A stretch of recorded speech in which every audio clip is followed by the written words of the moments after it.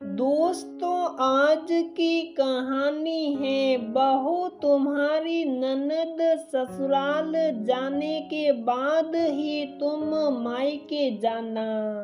दोस्तों, कहानी शुरू करने से पहले अगर आपने हमारे चैनल को सब्सक्राइब नहीं किया है तो सब्सक्राइब कर लीजिए ताकि आपके पास पहुंचे हर नया वीडियो।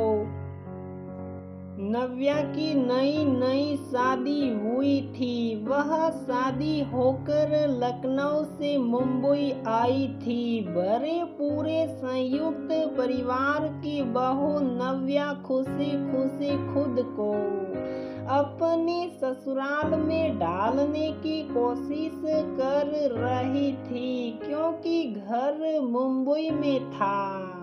ये तो सबको मालूम है कि वहाँ घर कितने छोटे होते हैं, इसलिए नव्या का रूम घर से थोड़ी दूर पर था।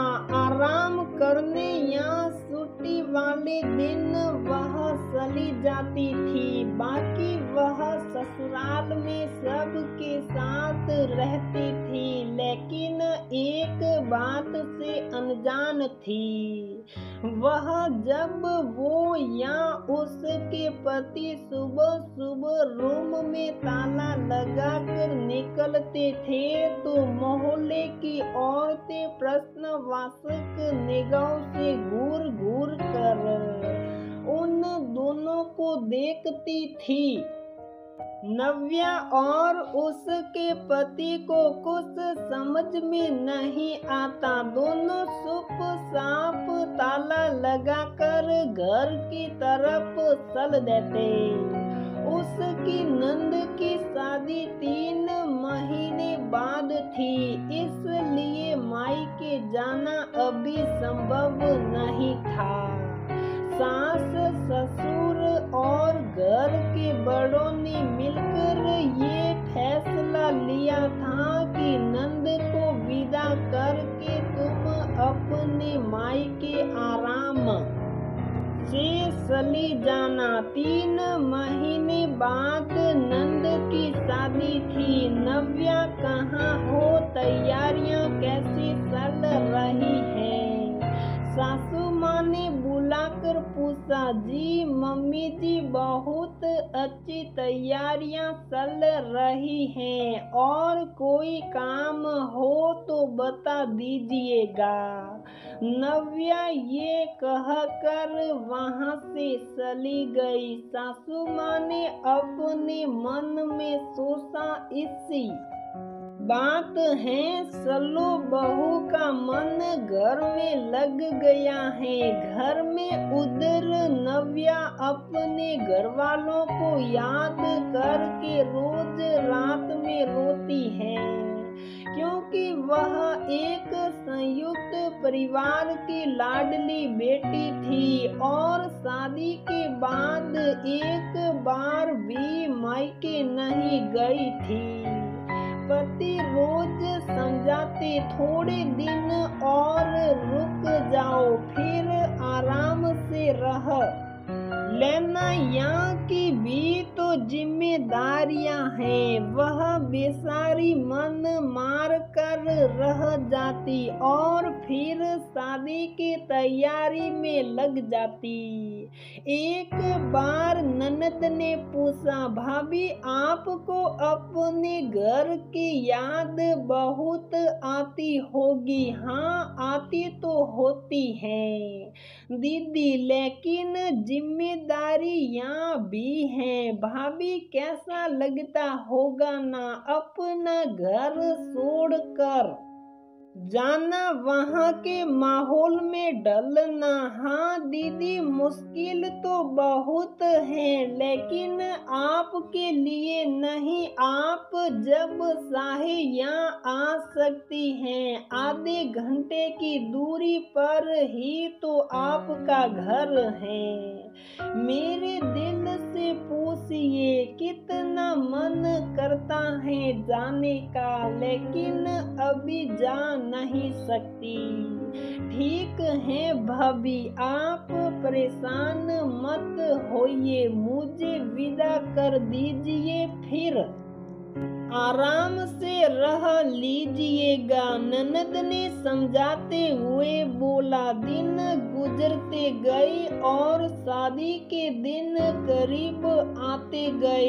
एक रात की बात है, नव्या अपने पति के साथ रूम पर जाने के लिए निकल पड़ी। बीच रास्ते में उसके छोटे भाई का फोन आया और पति के चेहरे की रंगत उड़ गई। क्या हुआ, कोई परेशानी है क्या? नव्या ने पति से पूछा। पति ने रुको का इशारा हाथ से किया। तकरीबन 10 मिनट के बाद अपने भाई से बात करने के बाद ये जोर जोर से हंसने लगे और बोले, तुमने तो ठान ही ली है कि मुझे बदनाम करके रहोगी। मैंने ऐसा क्या कर दिया? नव्या ने घबरा कर पूछा। मुझसे क्या पूछ रही हो? उन मोहल्ले की औरतों को जवाब दो। नव्या ये सुनकर और घबरा गई और वह बोली, साफ साफ बताइए क्या बात है? पति दोबारा हंसे और जब तक रूम आ चुका था, रूम में आने के बाद पति ने बताया, जो तुम रोज रात में रोती हो, तुम्हारी आवाज बाहर तक जाती है। तुम्हारी आवाजें जाने की वजह से मोहल्ले के लोग समझते हैं कि मैं तुम्हें मारता हूँ, हाथ उठाता हूँ। नव्या एकदम असंभवित होकर बोली, ये आप क्या कह रहे हैं?